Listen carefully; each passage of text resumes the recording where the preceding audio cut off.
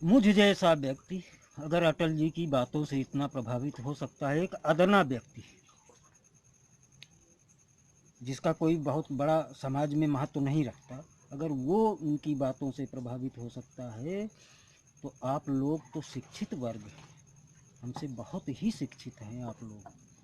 तो आप लोगों को उनकी बातें अच्छी लगे अगर, तो इस चैनल को सब्सक्राइब कर लीजिएगा, और बातें पसंद आई अटल जी की तो इस चैनल को लाइक भी कर लीजिएगा, वीडियो को लाइक कीजिएगा और मेरे चैनल को सब्सक्राइब कर लीजिएगा। धन्यवाद। प्लासी की लड़ाई में जितने लोग मैदान में लड़ रहे थे, उससे ज्यादा लोग मैदान के बाहर खड़े होकर तमाशा देख रहे थे, लड़ाई का परिणाम सुनने की प्रतीक्षा कर रहे थे। देश के भाग्य का निर्णय होने जा रहा था, मगर उस निर्णय में सारा देश शामिल नहीं था। विदेश मंत्री के नाते मैं अफगानिस्तान गया था।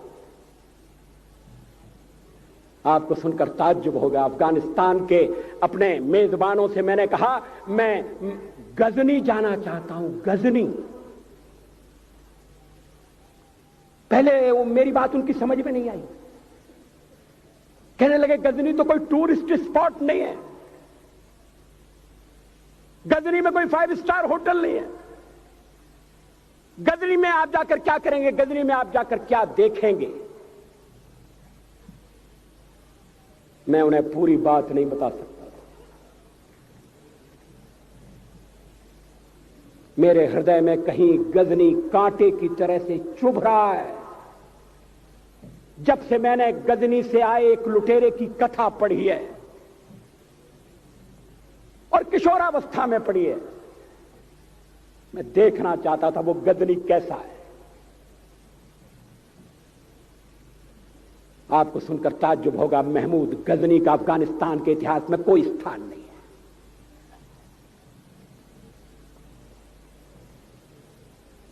गजनी छोटी सी जगह है, छोटा सा गांव है।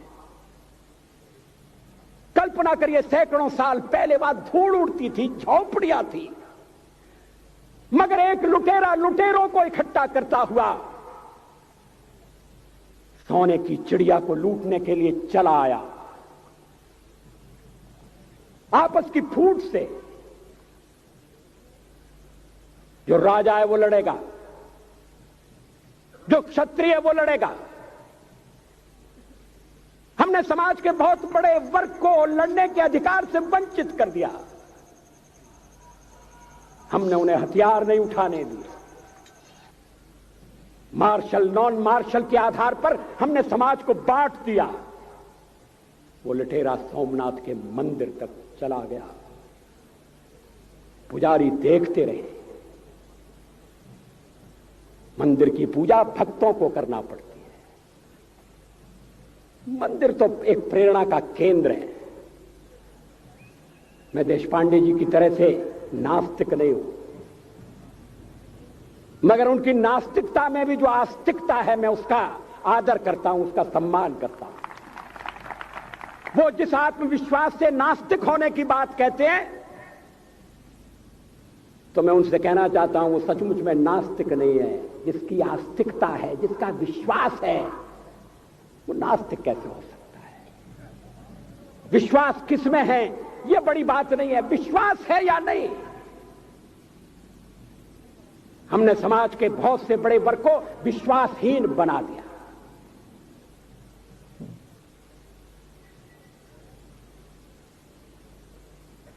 लोगों ने हथियार नहीं उठाए, वेद पढ़ने के दरवाजे बंद कर दिए। इसलिए हम पादाक्रांत हुए। अफगानिस्तान में मैंने एक बात और देखी।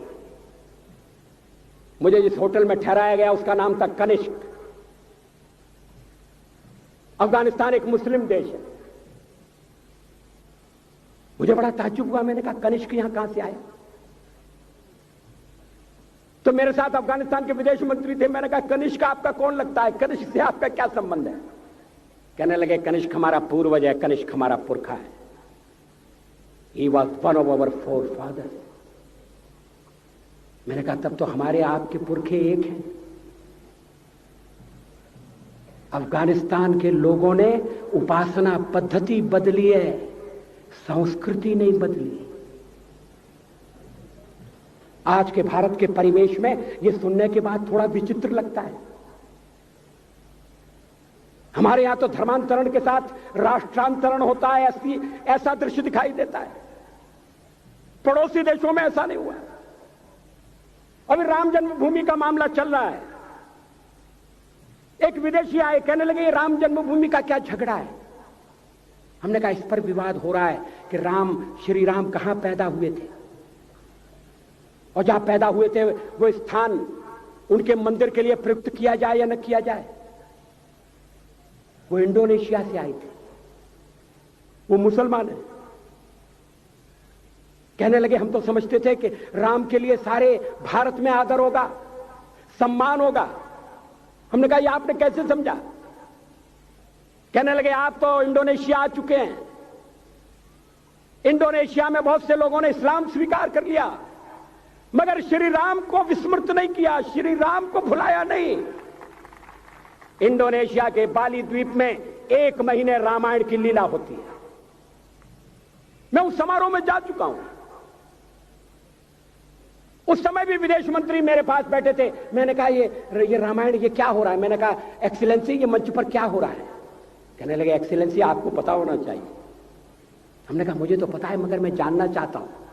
कहने लगे ये रामायण है, ये राम है, ये लक्ष्मण है, ये सीता है।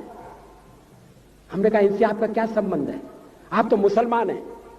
कहने लगे हमारा संबंध बहुत पुराना है, हमारा तब का संबंध है जब हम मुसलमान नहीं हुए थे। थाईलैंड की राजधानी अयोध्या कही जाती है। थाईलैंड के राजा को आज भी राम कहा जाता है। सावरकर जी ने हिंदू राष्ट्र की बात कही, हिम्मत के साथ। बुनियादी तौर पर भारत हिंदू राष्ट्र है।